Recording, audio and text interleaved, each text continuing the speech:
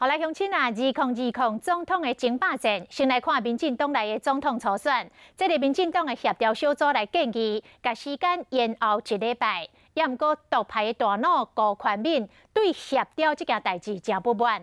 伊讲，若是4、5个人要出来选，安尼爱协调无问题。但是，敢若2个人出来，毋知影是要协调啥物物件。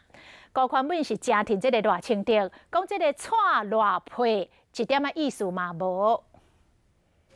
行政院将议长赖清德登记参加民进党总统初选，独派大脑高宽敏再次表示支持。很好嘛，啊，有什么不好？不过，若是赖清德做副手，有啥物看法？如果民进党协调他当副手，您赞成吗？一点意思没有这种。那为什么要蔡赖配呢？就是为了当选吗？ 民进党初选协调小组拜六头一次开会，建议民进党初选的时程向后延1礼拜，协调日期上会当到4月12日。若是是需要用民调，那呢就伫15展开民调，上近17结果出炉，24中执会通过。